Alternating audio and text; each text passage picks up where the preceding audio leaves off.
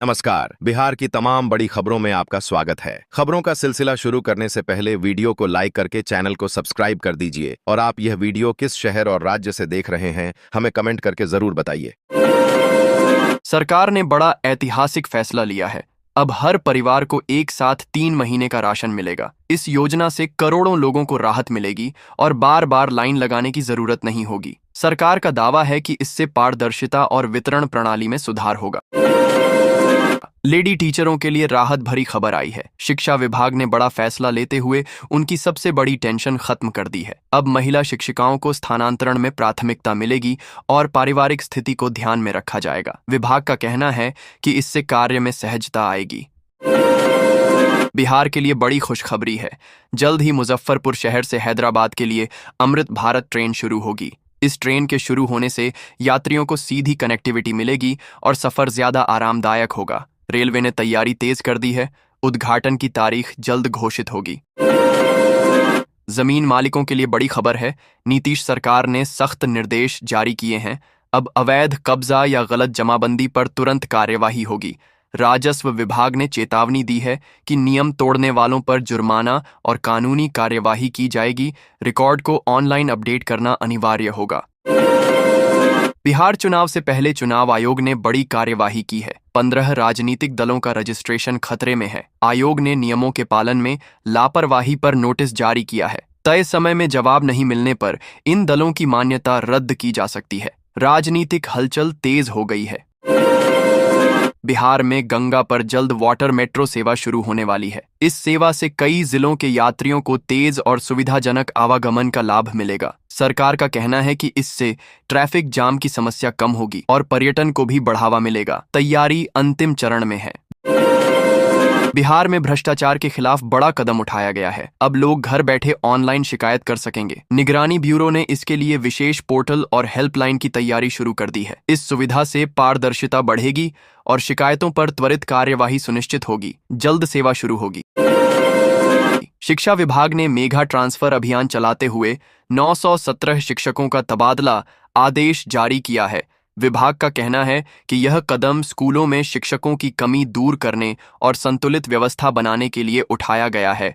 सभी शिक्षकों को समय पर नई जगह ज्वाइन करना होगा। तेजस्वी यादव ने केंद्र सरकार पर गंभीर आरोप लगाते हुए कहा कि विपक्षी नेताओं को टॉर्चर किया जा रहा है। उन्होंने दावा किया कि एजेंसियों का दुरुपयोग कर राजनीतिक दबाव बनाया जा रहा है। तेजस्वी ने इसे लोकतंत्र के लिए खतरा बताया और जल्द आंदोलन की चेतावनी दी। सोना खरीदने वालों के लिए बुरी खबर है। सर्राफा बाजार में सोने के दाम में फिर तेजी आ गई है। कीमत बढ़ने से गोल्डन चांस खत्म हो गया है। विशेषज्ञों का कहना है कि आने वाले दिनों में भाव और बढ़ सकते हैं, इसीलिए निवेश से पहले सोच समझकर फैसला लें। बिहार में बड़ा खुलासा हुआ है। एसआईआर की जांच में पता चला कि 2 पाकिस्तानी महिलाओं के नाम पर वोटर आईडी कार्ड बनाए गए हैं। इस मामले ने प्रशासन की नींद उड़ा दी है। चुनाव आयोग ने जांच के आदेश दिए हैं और जिम्मेदार अधिकारियों पर कार्यवाही की तैयारी शुरू कर दी है। बिहार डीएलएड प्रवेश परीक्षा के लिए एडमिट कार्ड जारी कर दिए गए हैं। अभ्यर्थी अब एक क्लिक में ऑनलाइन डाउनलोड कर सकते हैं। बोर्ड ने परीक्षा की तारीख और केंद्र की जानकारी भी एडमिट कार्ड पर उपलब्ध कराई है। उम्मीदवारों को समय पर डाउनलोड करने की सलाह दी गई है। राहुल गांधी ने बिहार में एक बार फिर बीजेपी और चुनाव आयोग पर हमला बोला। उन्होंने आरोप लगाया कि बीजेपी चुनाव को प्रभावित करने की कोशिश कर रही है और आयोग निष्पक्ष भूमिका नहीं निभा रहा। राहुल ने जनता से लोकतंत्र बचाने के लिए एकजुट होने की अपील की।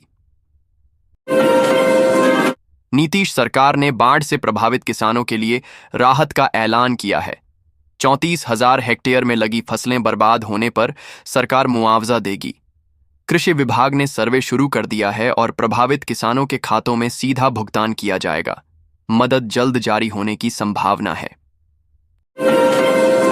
पीएम मोदी आज फिर बिहार दौरे पर आएंगे। इस दौरान वे कई ट्रेन और पुल परियोजनाओं की सौगात देंगे। इन योजनाओं से कनेक्टिविटी और यातायात सुविधाओं में बड़ा सुधार होगा। कार्यक्रम के लिए प्रशासन ने सुरक्षा के कड़े इंतजाम किए हैं। जनता में उत्साह देखा जा रहा है।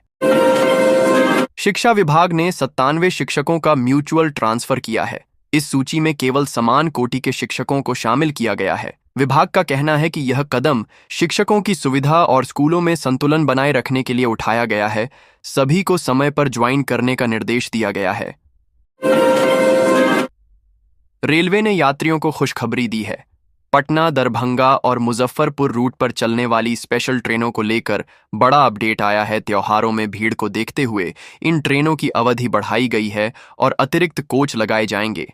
रेलवे ने यात्रियों से समय सारणी चेक करने की अपील की है। दरभंगा एयरपोर्ट से अब दिन के साथ रात में भी उड़ानों की सुविधा मिलने वाली है। दिवाली और छठ पर यात्रियों को बड़ी राहत मिलेगी। इसके लिए रनवे और लाइटिंग सिस्टम को अपग्रेड किया जा रहा है। अधिकारियों का कहना है कि नई सुविधा जल्द शुरू की जाएगी। सासाराम से होकर गया दिल्ली अमृत भारत एक्सप्रेस गुजरेगी, जिससे यात्रियों को तेज और आरामदायक सफर का लाभ मिलेगा। इसके अलावा त्योहारों में भीड़ को देखते हुए स्पेशल ट्रेनों की संख्या बढ़ाने और कोच जोड़ने का फैसला किया गया है। रेलवे ने समय सारणी जल्द जारी करने की तैयारी शुरू कर दी है। बिहार के कई जिलों में मौसम विभाग ने भारी बारिश और वज्रपात का अलर्ट जारी किया है। साथ ही चेतावनी दी गई है कि तेज हवाएं भी चल सकती हैं, जिसकी गति लगभग 40 किलोमीटर प्रति घंटा तक पहुंच सकती है। लोगों से सुरक्षा और सतर्क रहने की अपील की गई है। समस्तीपुर में 2,83,000 मतदाता अपनी सूची से बाहर हो गए हैं, जबकि लगभग 48,000 वोटर गायब पाए गए हैं। यह नई सूची सुप्रीम कोर्ट के आदेश के बाद जारी की गई है। अधिकारियों ने कहा है कि मतदाता सूची को अपडेट करना और गलतियों को सुधारना सुनिश्चित करना चुनाव की पारदर्शिता के लिए आवश्यक है। बिहार में फसल क्षति से प्रभावित किसानों को सरकार द्वारा सहायता राशि दी जाएगी। इसके लिए किसान 31 अक्टूबर तक आवेदन कर सकते हैं। इस योजना का उद्देश्य फसल हानि से होने वाले आर्थिक नुकसान को कम करना और किसानों की आय को सुरक्षित बनाना है। बिहार के भागलपुर शहर में यातायात और आवागमन को आसान बनाने के लिए ऑनलाइन टैक्सी सेवा की शुरुआत हो गई है। इस नई सुविधा से लोगों को अब मोबाइल ऐप के जरिए आसानी से बाइक टैक्सी बुक करने की सुविधा मिलेगी, जिससे उन्हें जल्दी और किफायती यात्रा विकल्प मिलेगा। बिहार की ग्रामीण सड़कों का कायाकल्प होने जा रहा है। सरकार ने सड़क संपर्क को बेहतर बनाने के लिए बड़ी योजना शुरू की है। इस जिले को 231 करोड़ का पैकेज दिया गया है, जिससे जर्जर और कच्ची सड़कों को पक्का और आधुनिक बनाया जाएगा। इससे गांवों में आवागमन आसान होगा और विकास की रफ्तार तेज होगी। भागलपुर में हरियाली और मनोरंजन का नया केंद्र बनने जा रहा है। 16 करोड़ की लागत से यहाँ राज्य का दूसरा सबसे बड़ा पार्क तैयार किया जाएगा। इस पार्क में आधुनिक सुविधाएं, बच्चों के लिए खेल क्षेत्र और लोगों के लिए वॉकिंग ट्रैक होंगे। इसके बन जाने से शहरवासियों को सैर सपाटे के लिए एक शानदार जगह मिलेगी। बाढ़ का पानी घटने के साथ ही अब स्वास्थ्य संबंधी खतरे बढ़ने लगे हैं। खासकर डेंगू के मामलों में इजाफा होने की आशंका जताई जा रही है। जलजमाव खत्म होने के बाद कई इलाकों में गंदा पानी और मच्छरों के प्रजनन स्थल बन गए हैं, जिससे डेंगू का खतरा तेजी से बढ़